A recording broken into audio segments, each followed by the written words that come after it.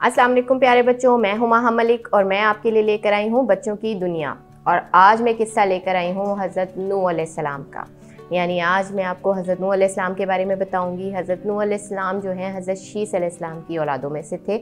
अल्लाह ताला ने हज़रत नूह अलैहिस्सलाम को ज़बानी पैगाम दिया और उनको उनकी कौम की तरफ नबी बनाकर भेजा। उनके बारे में कुरान मजीद में पूरी एक सूरत है सूरह नूह के नाम से, और सूरह हूद में भी उनका जिक्र आया है। ये वो दौर था जब लोग मुकम्मल तौर पर गुमराह हो चुके थे, बुतों की पूजा करते थे, शैतान के बहकावे में मुकम्मल तौर पर आ चुके थे।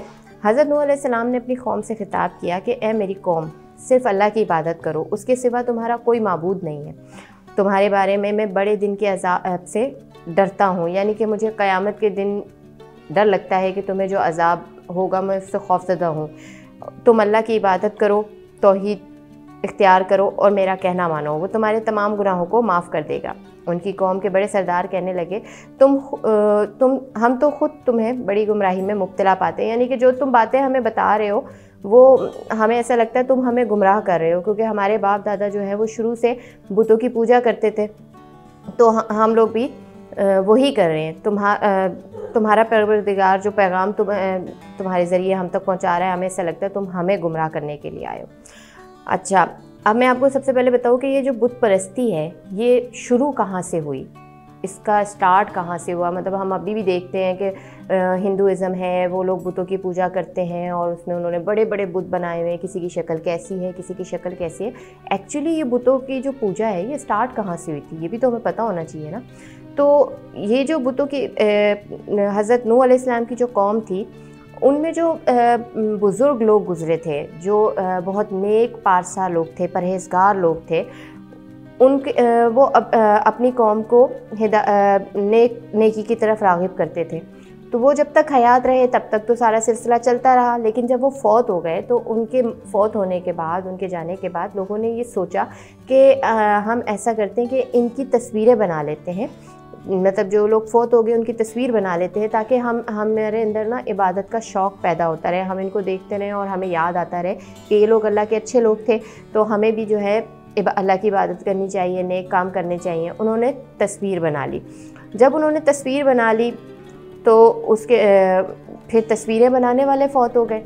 मतलब एक ज़माना चलता रहा कि तस्वीरें बनती रही, लेकिन फिर तस्वीरें बनाने वाले फ़ौत हो गए, अब तस्वीरें रह गई। फिर शैतान ने इंसान के दिमाग में वसवसा डाला कि ऐसा करो कि तुम्हारे बाप दादा इन तस्वीरों की इबादत करते थे और इनकी वजह से जो है ना तुम्हारे ऊपर बारिश बरसती थी और तुम्हें फ़ायदा होता था, चीज़ें मिलती थी, तो तुम इनके बुत बना लो, उनकी शक्ल के जिस्म बनाओ और उनको बुतों की शक्ल में रख लो और उनको अपनी इबादत गाहों में और आहिस्ता आहिस्ता अपने घरों में रखना शुरू कर दो, ताकि उनको देखकर तुम्हें इबादत करने का ख़याल आता रहे। और इस तरीके से उन्होंने वो आहिस्ता आहिस्ता जो बेसिकली जो पीछे था कि आपने अच्छे काम करने हैं, सीधी राह पे रहना है, वो सब वो भूलते चले गए और उन्हें ये लगने लगा कि ये जो बुत हमने तराश के खड़ा कर दिया है यही हमें फ़ायदा देता है, इसी की वजह से सूरज निकलता है, रात हो जाती है, बारिश होती है, फसलें उगती हैं, यानी हमें सब कुछ जो है ना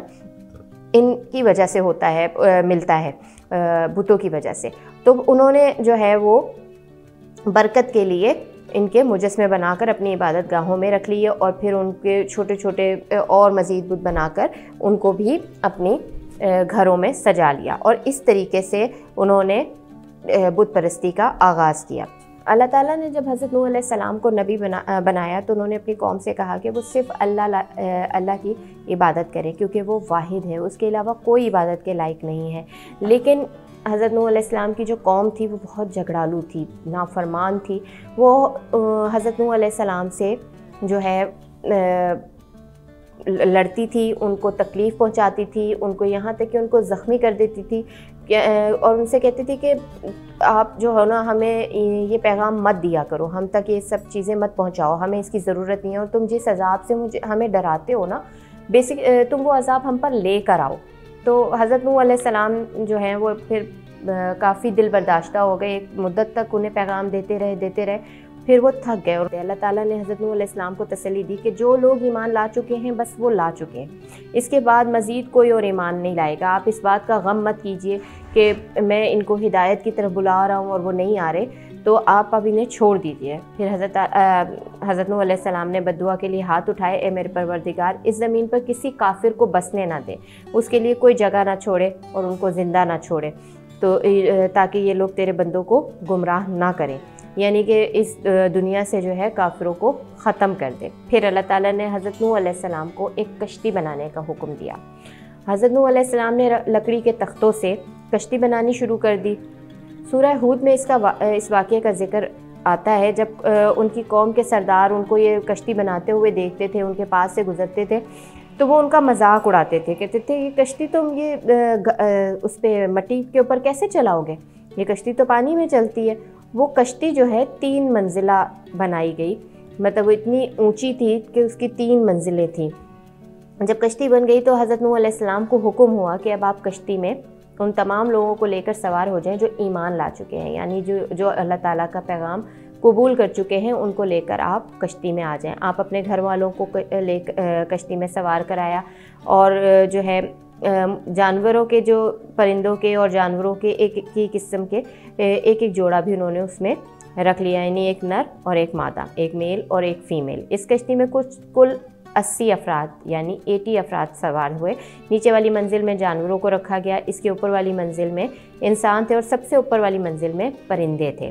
اس کے بعد زمین سے یکدم پانی نکلنے لگا، آسمان سے بھی پانی برسنے لگا، یعنی کہ جو ان کو عذاب دیا گیا تھا وہ پانی کا عذاب تھا، اور ہر طرف سے پانی نمودار ہونا شروع ہو گیا۔ دیکھتے ہی دیکھتے ہر جگہ پانی کھڑا ہونا شروع ہو گیا۔ اور اس پانی میں جب پانی بہت زیادہ زمین سے نکلنے لگا اور اوپر سے بھی برس رہا تھا تو کشتی پانی میں چلنا شروع ہو گئی۔ حضرت نوح علیہ السلام کا ایک بیٹا بھی تھا جو ایمان نہیں لایا تھا۔ جب آپ نے دیکھا کہ وہ پہاڑ پر کھڑا ہے اور پانی بڑھتا ہی جا رہا ہے تو حضرت نوح علیہ السلام نے اللہ تعالیٰ سے دعا کی کہ اے اللہ میرے بیٹے کو بچا لے، تو نے کہا تھا میرا بیٹا بھی میرے گھر والوں میں شامل ہے، تیرا وعدہ سچا ہے۔ اللہ تعالیٰ نے کہا نوح وہ تیرے گھر والوں میں سے نہیں، اس لیے تم مجھ سے اس کے بارے میں سوال نہ کرو۔ حضرت نوح علیہ السلام نے کہا پروردگار میں تجھ سے پناہ مانگتا ہوں کہ ایسی چیز کا تجھ سے سوال کیا جس کا مجھے علم نہیں، جس کی حقیقت میں نہیں جانتا۔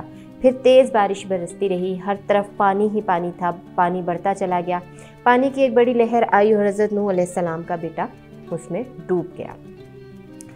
جب پانی بہت زیادہ بڑھ گیا تو دنیا میں کہیں پر کوئی خشکی نہ رہی، مشرق سے مغرب تک میدانوں میں، ریگستانوں میں، ہر جگہ پانی ہی پانی تھا، اور وہاں پہ تمام جاندار، تمام انسان وہ سب ہلاک ہو چکے تھے، کیونکہ بچنے کی کوئی جگہ باقی نہیں تھی، یعنی پہاڑ بھی اس کے اندر پانی کے اندر ڈوب چکے تھے، مطلب اب کہاں پہ پناہ لے سکتا تھا کوئی انسان۔ اس لیے کوئی بھی انسان جو اللہ تعالیٰ کی نافرمانی کرنے والا تھا وہ کوئی بھی نہ بچا، سب کے سب ہلاک ہو گئے۔ اور 6 مہینے تک انسانوں اور جانوروں کو سنبھالی یہ کشتی طوفان میں چلتی چلی گئی۔ جب طوفان تھما تو کشتی جودی پہاڑی کے پاس جا کر رک گئی۔ یہ 10 محرم کا دن تھا اور لوگ خشکی پر اتر گئے۔ کہا جاتا ہے کہ آج جو انسان زمین پر موجود ہیں وہ حضرت نوح علیہ السلام، یعنی جو ان کے اہل و عیال تھے وہ لوگ، اور جو ایمان لائے تھے انہی کی نسلیں ہیں جو آج اس دنیا میں موجود ہیں۔ اللہ تعالیٰ نے نیک اور ایمان والوں کو بچا لیا اور تمام نافرمان لوگوں کو ختم کر دیا اس دنیا سے۔ تو آج کا ٹاپک حضرت نوح علیہ السلام کے بارے میں نے آپ کو بتایا، اور اس میں یہ بھی بتایا کہ اللہ تعالیٰ کی نافرمانی کرنے والوں پر اللہ غضبناک ہوتا ہے۔ تو کوشش یہ کرنی چاہیے کہ ہم اللہ تعالیٰ کی نافرمانی سے بچیں، اور ہمیں اس میں عبادتیں کرنی چاہیے، بہت ساری اللہ تعالیٰ کا شکر ادا کرنا چاہیے جو نعمتیں اس نے ہمیں دی ہیں، اور جو ہمیں کوئی غلطیاں کوتاہیاں ہم زندگی میں کرتے ہیں اس کے لیے ہمیں اللہ تعالیٰ سے معافی بھی مانگنی چاہیے۔ تو آج کے لیے اتنا ہی، مجھے اجازت، اللہ حافظ۔